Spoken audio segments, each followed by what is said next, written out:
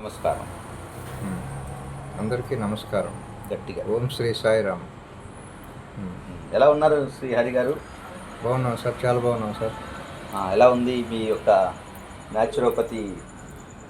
మంచి మంచి రిజల్ట్ ఉంది సార్. షుగర్ పేషెంట్లు తీసుకెళ్తున్నారు, వాడుతున్నారు. ఒక 15 డేస్కి టెస్ట్ చేసిన తర్వాత షుగరు చాలా వరకు నార్మల్ వచ్చిందని హ్యాపీగా ఫీల్ అవుతున్నారు.